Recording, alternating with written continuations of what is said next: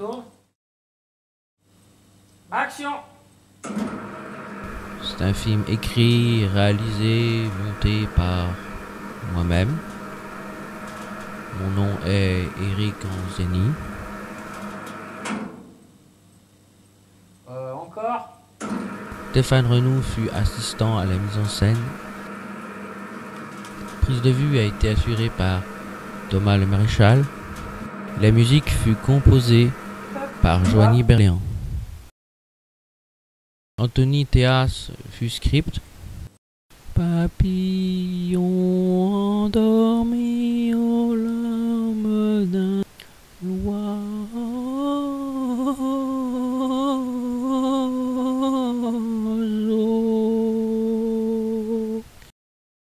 Charlie Dumaret a interprété le rôle de Treplev.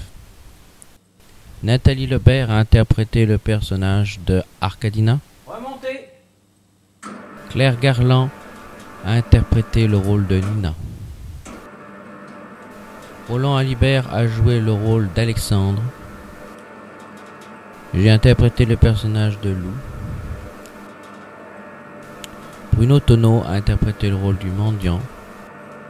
Emilien Loustelot nous a prêté sa caméra avec l'aide de la mairie de Saint-Pierre-du-Mont. Cinémagis nous a prêté du matériel pour le montage. Coupez. D'offrir un regard, ou plutôt d'être un regard. Un film, c'est comme une fresque.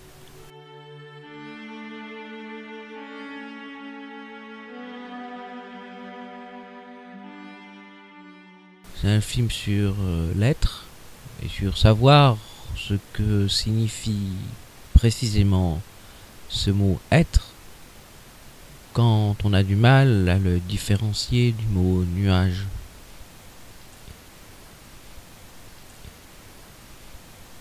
Combien de vaines larmes au tombeau des journées sur mon regard absent aurais-je donc versé? Arkadina vient de passer 7 ans à Paris. J'ignore ce qu'elle est devenue. Je me souviens. Oui, je me souviens maintenant. J'étais un enfant, encore un tout petit enfant. Mon défunt père tenait alors une boutique au village. Il m'avait battu comme plâtre. Il était ivre, ivre. Arkadina m'a conduit dans cette chambre, cette toute petite chambre, qu'on appelle depuis toujours la chambre des enfants. « Pleure pas, mon petit louveteau, mais pleure pas, me disait-elle. Ce sera bientôt guéri, oui, ce sera bientôt guéri. » Ce jour-là, elle m'a adopté. Sa fillette venait de mourir. Un accident. Et elle s'était noyée dans la rivière. Depuis, j'ai toujours vécu avec eux, comme leur propre fils. Jusqu'à ce que je monte à Paris, étudier le commerce.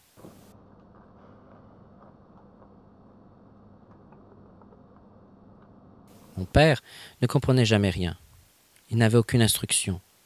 Et moi, par l'une de ces curiosités de la fortune, je me suis égaré dans ce monde d'érudition et de dorure.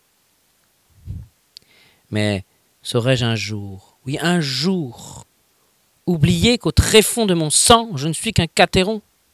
Tiens, la grande œuvre poétique de mon petit frère Treplev, j'ai rien compris.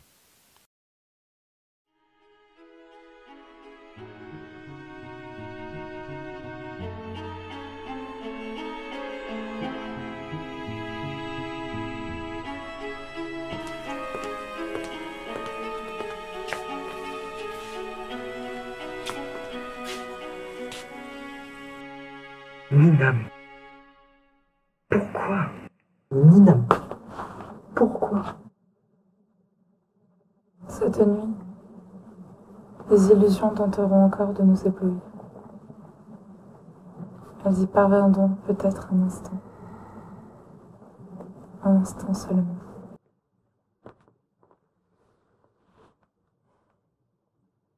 Tu as incarné mon personnage.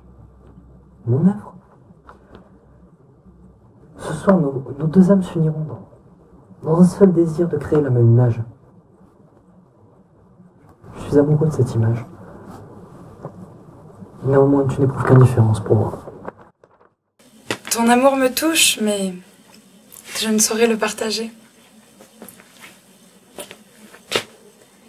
Philosopher, deviser d'amour, badiner de poésie, voilà tes seules vertus. Contre toute attente, tu crains que ton film déplaira à ta mère.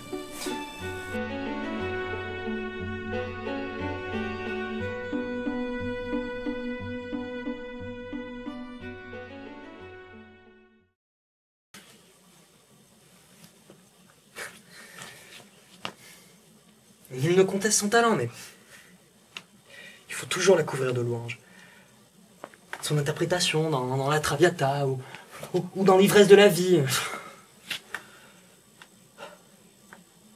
Ici, dans sa chair cerisée, cet encens lui manque. Elle veut vivre. Elle veut aimer. Et mes 20 ans lui rappellent qu'elle n'est plus toute jeune.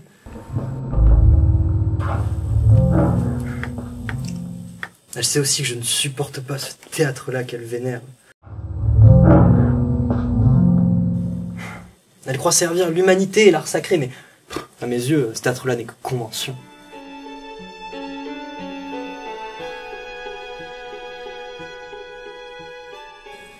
Parce qu'avec de belles phrases, le producteur nous sert une morale accessible à tous, utile dans le ménage. Lorsque, grâce à 1000 variantes, l'auteur nous sert encore et toujours la même sauce morne et spectaculaire. Je fuis cette vulgarité qui me broie le crâne. Des formes nouvelles. Voilà ce qu'il nous faut.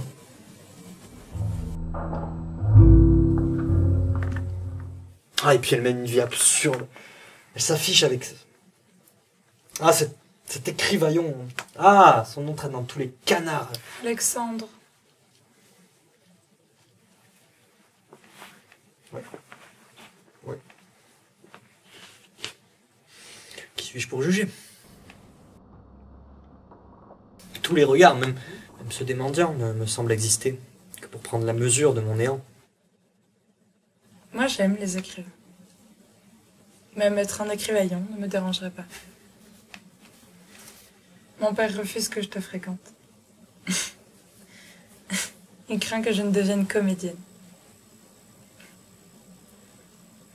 Et moi, je me sens attirée par ce lac. Comme une mouette, assoiffée de soleil ou de crépuscule.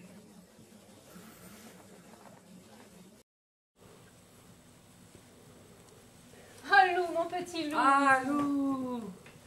Comment ça va, Kadina? Eh bien, fort bien, et toi-même?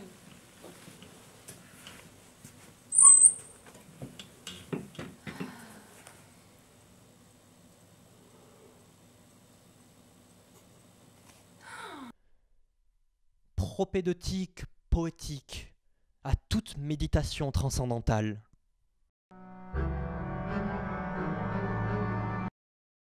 Court-métrage expérimental réalisé par Constantin Treplev. Ombre vénérable qui survolait en vent la brumeuse vesprée de ce monde défunt. Depuis des temps sans nom, l'esprit s'est égaré et le soleil en vain allume encore sa foudre. Les corps se réduisirent en vestiges et en poudre. La matière sans fin se mua en nuée. Toute la conscience en moi se confondit. Je me souviens de tout. En moi je revis les détours et tourments de chaque destinée. Et une fois dans ce désert, tous les 100 ans, ma frêle voix résonne et rien ne l'entend. Et vous, pâle lueur, point ne me connaissez. Les marées vous engendrent, dès que point se l'aîné. Ainsi jusqu'à l'aurore, errant et sans dessein, toute pensée perdue et tout savoir défunt. Redoutant et tremblant, le retour de la vie. Tel un prisonnier jeté au fond d'un puits, j'ignore qui je suis et ce qui m'adviendra de ce combat cruel, opiniâtre et ingrat.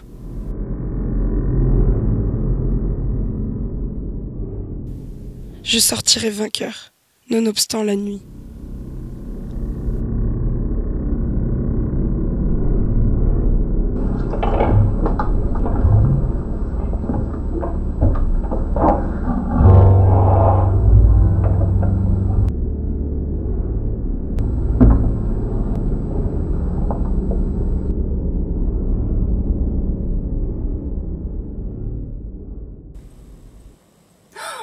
Décadent! Pardonnez-moi, j'oubliais que seuls quelques élus jouissaient du droit de composer des œuvres.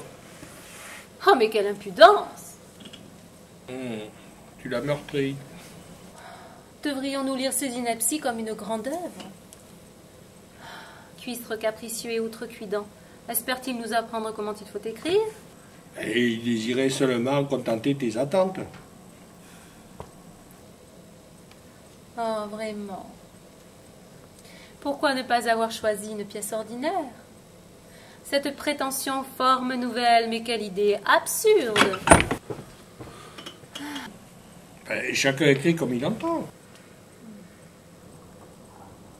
Oui, je suis pas... Ma foi, il faudrait mieux filmer la vie des instituteurs. Entendez-vous cette musique? Sur l'autre rive. Hélas, toujours sur l'autre rive. Jadis, toutes les nuits au bord du lac, s'enivrait une musique folle. Oh, je me souviens. Que de coups de fusil et de romans d'amour nous vécûmes. Ah, me tourmente ma jeunesse. Je dois vous quitter. Mon beau-père m'attend.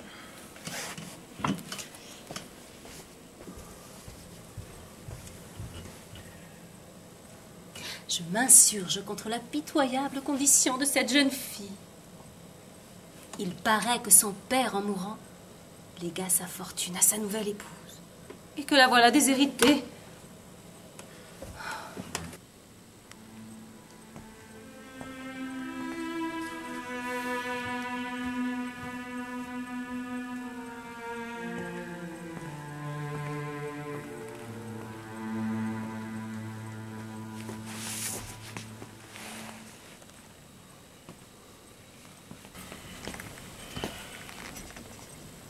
Bien que sceptique à ton égard, je dois confesser que ton imagination mérite d'être encouragée. Toute œuvre devrait toujours être le reflet d'une pensée.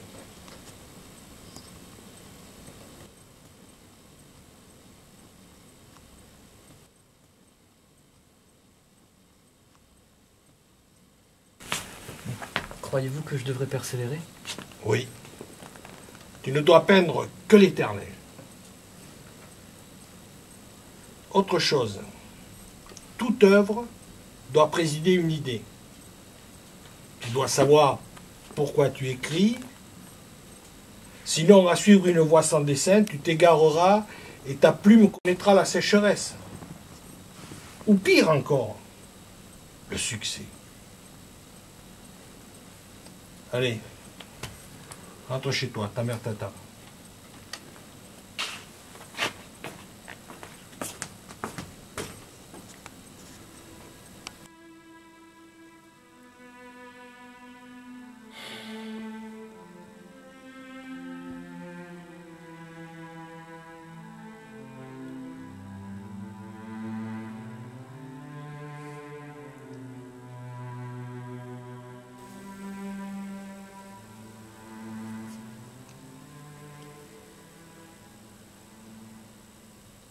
J'étais sur le chemin, avec l'assentiment craintif de la lune silencieuse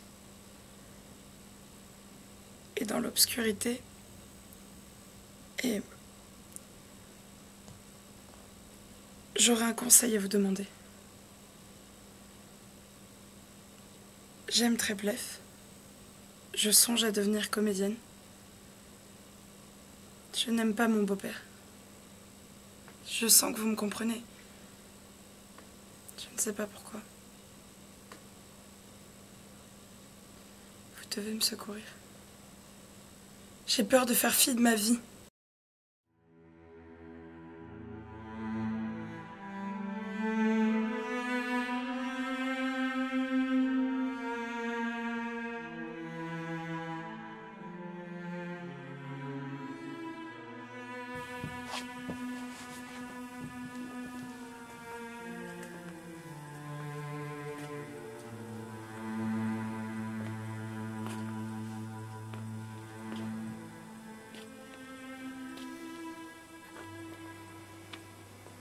Souvent, pour s'amuser, les hommes d'équipage prennent des albatros, vastes oiseaux des mers, qui suivent, indolents compagnons de voyage, le navire glissant sur les gouffres amers.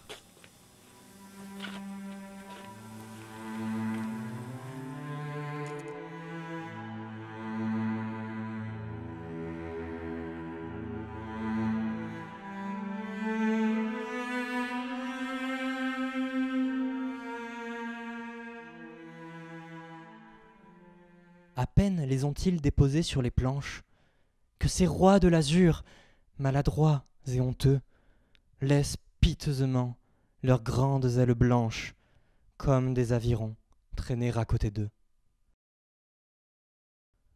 Ce voyageur ailé, comme il est gauche et veule, lui, naguère si beau qu'il est comique et laid.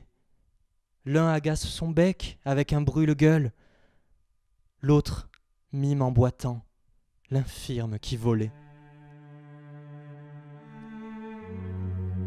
Le poète est semblable au prince des nuées, qui hante la tempête et se rit de l'archer. Exilé sur le sol, au milieu des huées, ses ailes de géant l'empêchent de marcher.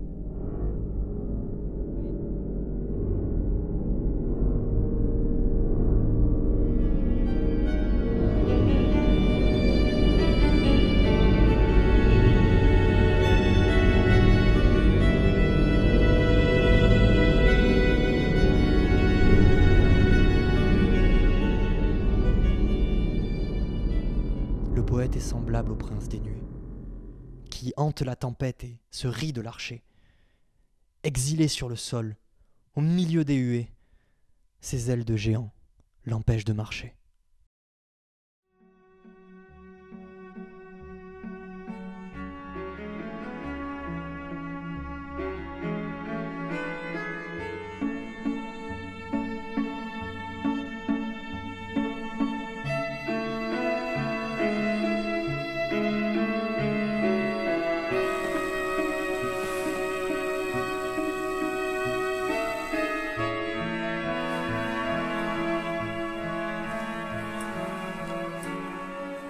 Ah, la chambre des enfants. Ah, tous mes songes d'enfants, comme des fleurs fanées, pieusement se conservèrent au sein de ces draps défraîchis. Soudain, je me sens toute petite.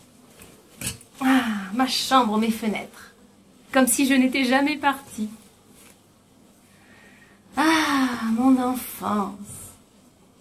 Le bonheur se réveillait en moi tous les matins. Ah, ah, mon enfance.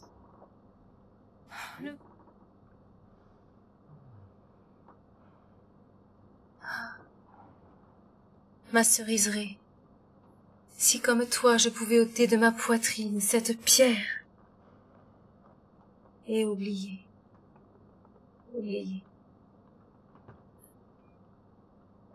Ah, mes douces erreurs. J'ai toujours jeté l'argent par les fenêtres. Je me suis mariée à un gibier de potence qui se noya au champagne. Pour mon malheur, j'en ai aimé un autre. Et là, premier châtiment de la fatalité, ma fillette s'est noyée dans la rivière. Je me suis enfuie à Paris. Je m'enivrai dans le théâtre, dans le travail, parmi les songes acidulés des metteurs en scène. Plus jamais. Pour ne plus jamais revoir cette rivière. Je fermais les yeux. J'oubliais qui j'étais.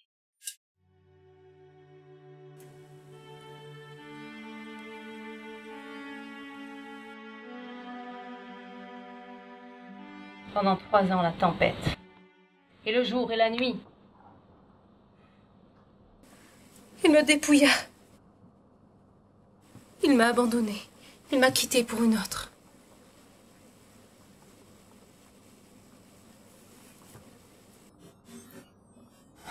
J'ai essayé de l'empoisonner, mais il revint.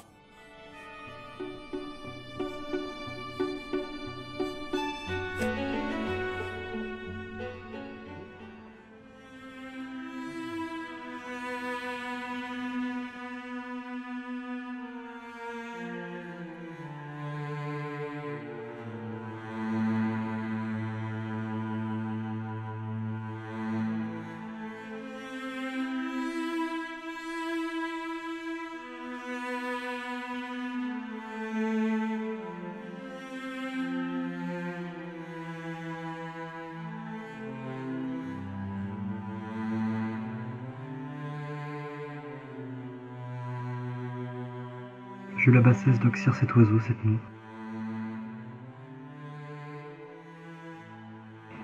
Je le dépose à tes pieds. Je me tuerai bientôt.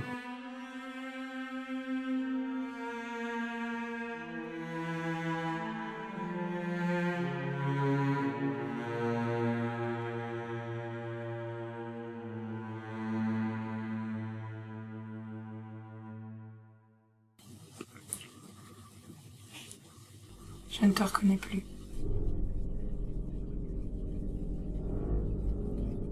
Tout commença cette nuit-là, lorsque mon œuvre échoua. Nul ne pardonna un succès. Alors j'ai tout brûlé. Jusqu'au dernier manuscrit. Comme si, en me réveillant, j'avais vu le lac, victime de la sécheresse.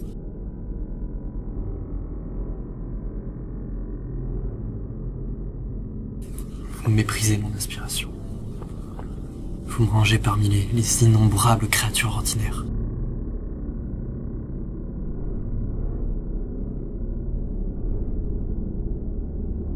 Je ne suis plus un dieu. Je ne peux pas vivre sans être un dieu. Je ne comprends que trop. Comme si un clou s'enfonçait dans mon crâne. Je méprise cet orgueil qui me ronge.